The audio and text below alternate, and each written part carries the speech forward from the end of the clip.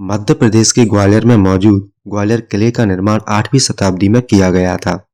ये किला मध्यकालीन स्थापत्य के अद्भुत नमूनों में से एक है। लाल बलुए पत्थर से बने ग्वालियर के किले की नींव सूरज सेन ने रखी। बाद में मानसिंह तोमर ने किले का रूप दिया। ऊंचे पठार पर बने इस किले तक पहुंचने के लिए दो रास्ते हैं। पहला ग्वालियर गेट कहलाता है और इस रास्ते सिर्फ पैदल चला जा सकता है। गाड़ियां दूसरे रास्ते उरवाई गेट से चढ़ सकती हैं और यहाँ एक बेहद ऊंची चढ़ाई वाली पतली सड़क से होकर जाना होता है। इस सड़क के आसपास की बड़ी बड़ी चट्टानों पर जैन तीर्थंकरों और बुद्ध की प्रतिमा बेहद खूबसूरती से बारीकी से गढ़ी गई हैं। किले का निर्माण 600 ईस्वी में राजा सूरज सेन ने करवाया था। वे कुष्ठ रोग से ठीक हो गए थे जब ग्वालिपा नाम के एक ऋषि ने उन्हें एक पवित्र तालाब का पानी पिला दिया था, जो अब किले के भीतर स्थित है। राजा ने एक किला बनवाया और उसका नाम ऋषि के नाम पर रखा। ऋषि ने राजा को पाल या रक्षक की उपाधि दी और उससे कहा कि किला उसके परिवार के कब्जे में रहेगा जब तक वे ये उपाधि पाल या रक्षक धारण करते हैं। सूरज सेन के 16वें वंशजों ने किले को नियंत्रण किया, लेकिन 17वें तेजकर्ण ने इसे खो दिया। वर्तमान किला परिसर में पाए गए शिलालेख और स्मारक कई संकेत देते हैं जिन्हें अच्छे से समझने की जरूरत है। ग्वालियर के एक शिलालेख में 6वीं शताब्दी में हुर सम्राट मिहिर कुल के शासनकाल के दौरान निर्मित एक सूर्य मंदिर का वर्णन है। तेली का मंदिर भी, जो अब किले के भीतर स्थित है। किला निश्चित रूप से 10वीं शताब्दी तक अस्तित्व में था, जब इसका पहली बार ऐतिहासिक अभिलेखों में उल्लेख किया गया था। ये तो हमने ग्वालियर किले के बारे में थोड़ी सी जानकारी जानी है, जो इस वीडियो के लिए पर्याप्त है। अब ग्वालियर किले के बौद्ध इतिहास के बारे में जान लेते हैं कि ग्वालियर के किले में बौद्ध इतिहास को कैसे भुलाया गया और कैसे इसे लोगों से छुपाया गया। ये देखो, यह है ग्वालियर जिले के ग्वालियर फोर्ट में आर्कोलॉजिकल म्यूजियम, जिसमें काफी सारी प्राचीन मूर्तियां रखी हुई हैं। इसमें मूर्तियां और स्तंभ भी रखे हुए हैं। इनमें काफी मात्रा में बुद्धिज्म से संबंधित मूर्तियां रखी हुई हैं, जिन्हें लोग पहचान नहीं पा रहे हैं। लेकिन इनके कैप्शन में नीचे लिखा हुआ है शिव, विष्णु, महादेव, उमा महेश्वर, गणेश और काफी सारी नाम लिखे हुए हैं, जिससे लोगों को भ्रम हो जाता है कि ये हिंदू धर्म की मूर्तियां हैं।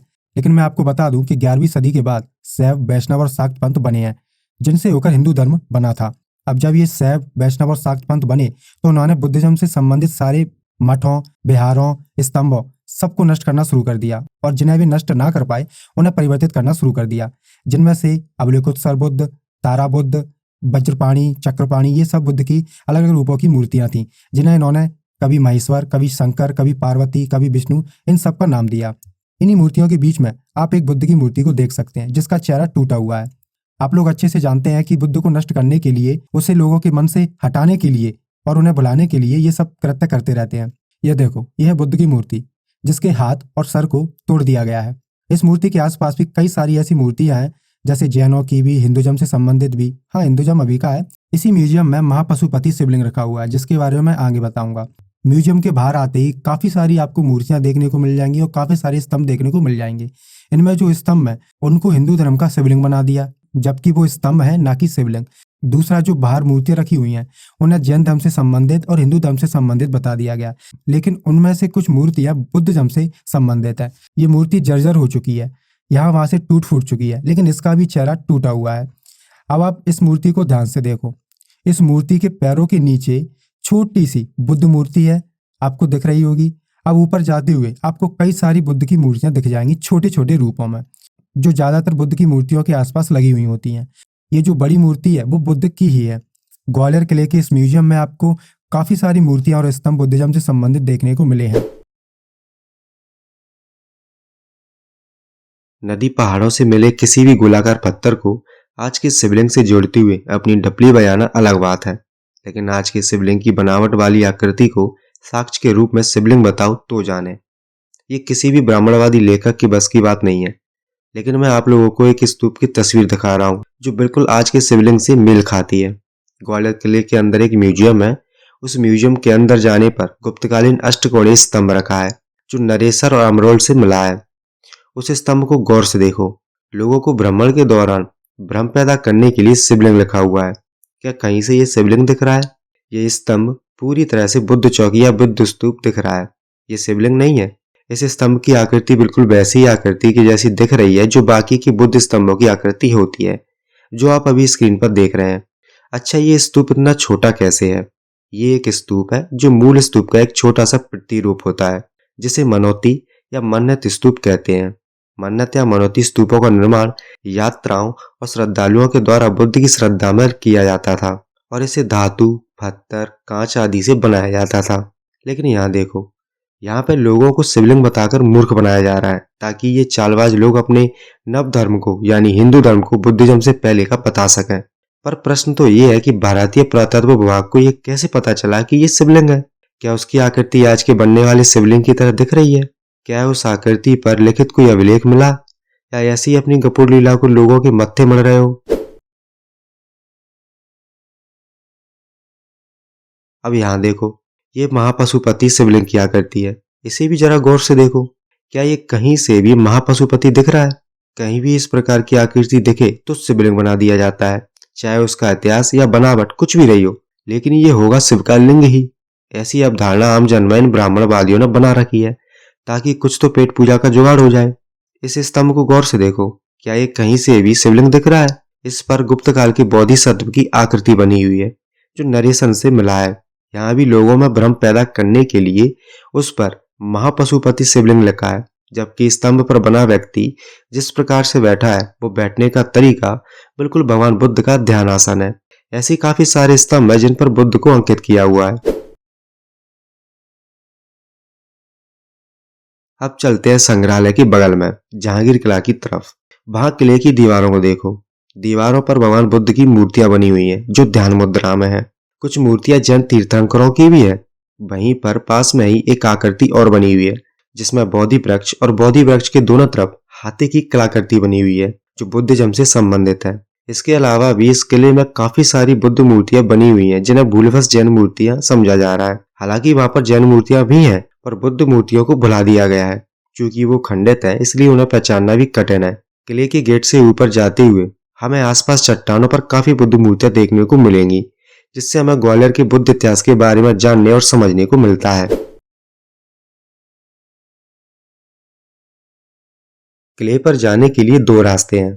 पहला ग्वालियर गेट कहलाता है जहां से पैदल ही जाया जा सकता है, और दूसरा है उरवई गेट जहां से पैदल और साधनों के द्वारा जाया जा सकता है। पहले गेट से ऊपर की तरफ आने पर किले के प्रवेश द्वार पर किले की जो दीवार है उन पर सजावट के लिए कुछ आकृतियां बनी हुई हैं। अब इन आकृतियों पर ध्यान दो। मछली नुमा आकृति अपने मुंह में त्रिरत्न पकड़े हुए है। ध्यान से देखो, ये त्रिरत्न ही है। त्रिरत्न के साथ जो मछली है वो बौद्ध धर्म के 8 शुभ प्रतीकों में शामिल है जो कल्याण, खुशी और स्वतंत्रता का प्रतिनिधित्व करती है। बौद्ध मत के अनुसार मछली निर्भयता की स्थिति में रहने, कष्टों के समुद्र या दुख में डूबने से बिना डरे और स्वतंत्र रूप से अनायास ही किसी जगह से पलायन करने का प्रतीक है। क्योंकि मछलियां अक्सर साथ में तैरती हैं, इसलिए मछलियों के एक जोड़े को बौद्ध प्रतीकों में चित्रित किया गया है जो पानी के साथ मछलियों के संबंध को दर्शाता है। बौद्ध मत का मानना है कि ये दो सुनहरी मछलियां शरीर और मन के बीच के संतुलन को भी व्यक्त करती हैं, जो हमें उच्च चेतना तक पहुंचने में मदद करता है, जिसे बौद्ध मार्ग, निर्वाण या समाधि कहते हैं। पुरातत्व विभाग में तथाकथित ब्रह्मवंश के लोग इन सब बातों पर चुप्पी साध लेते हैं।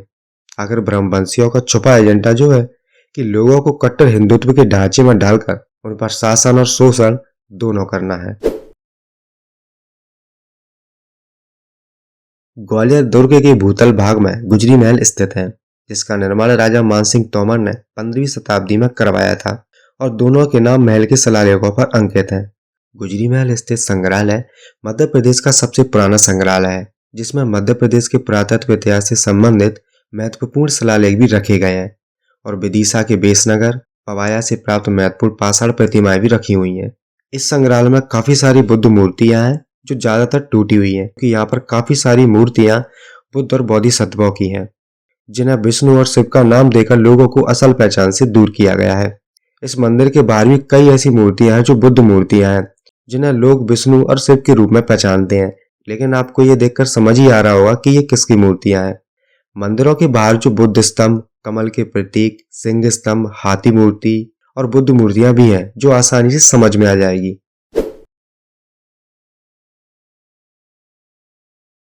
तेली का मंदिर, जिसे एक हिंदू मंदिर कहा जाता है जो शिव और विष्णु को समर्पित है, इसे 8वीं और 9वीं शताब्दी की शुरुआत के बीच का बताया जाता है। तेली के मंदिर को आमतौर पर पुरालेख, कला शैली, स्थापत्य डिजाइन और मंदिर परिसर में पाए गए छोटे शिलालेखों के आधार पर 8वीं और 9वीं सदी के बीच का माना जाता है। मंदिर में हिंदू धर्म की तीनों प्रमुख परंपराओं शैव, वैष्णव और शक्तिवाद से संबंधित चिन्ह और शिलालेख हैं। अब आपको मैं बता ही देता हूँ कि ये परंपरा बुद्धिज्म से ही निकली है, इसलिए इस मंदिर में काफी मात्रा में बौद्ध अवशेष पाए गए हैं। तभी तो इस मंदिर के नाम की उत्पत्ति स्पष्ट भी नहीं है। और साथ ही मंदिरों की दीवार पर भी बुद्ध मूर्तियां बनी हुई हैं, जिन्हें आप अच्छे से बिना किसी शक के पहचान सकते हैं। ये मंदिर विष्णु और शिव को समर्पित है। मंदिर के स्तंभों की नक्काशी वैष्णववाद, शैववाद और शक्तिवाद से संबंधित नक्काशी दिखती है। इस मंदिर की नक्काशी भी तेली मंदिर के समान है और इस मंदिर के परिसर में काफी बुद्ध अवशेष बिखरे पड़े हैं, जो बुद्ध इतिहास को काफी प्रमाणित भी करते हैं। इस मंदिर का नाम सास बहू मंदिर है, लेकिन यहाँ पर बुद्ध के अवशेष मिल रहे हैं। इस मंदिर को गौर से देखिए। मंदिर की बनावट में बुद्ध, बोधिसत्वों और अभिलेखोत्तर बुद्ध की काफी सारी मूर्तियां बनी हुई हैं, जैसा कि हम बौद्ध मंदिरों की बनावट में देखते हैं। आप इस मंदिर की बनावट को गौर से देखिए। ये सेम वही बनावट है जो उड़ीसा के सूर्य मंदिर की बनावट है। शुरुआत में मंदिर को घोड़ों द्वारा खींचा जा रहा है, जिसमें धम्म चक्रों को रथ के पहिए कहा जा रहा है।